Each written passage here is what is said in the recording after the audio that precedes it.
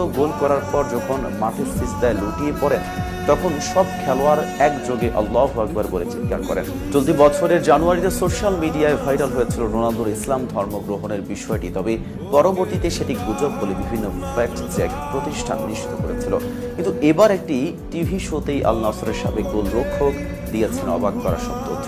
Real তারকা করিম Benzema আর Mesut Ozil এর আগেও প্রকাশ করেছিলেন ইসলামের প্রতি রোনালদোর অনুরাগের কথা।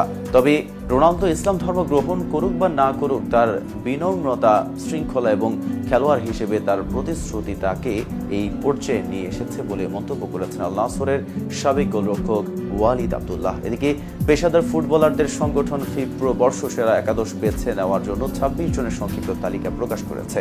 তাতে জায়গা করে নিয়েছে মেসি ও রোনালদো। 26 জনের সংক্ষিপ্ত তালিকায় কেবল ইউরোপের বাইরের খেলোয়াড়ও তারা দুজন। 39 বছর বয়সে রোনালদো খেলছেন সৌদি আরব।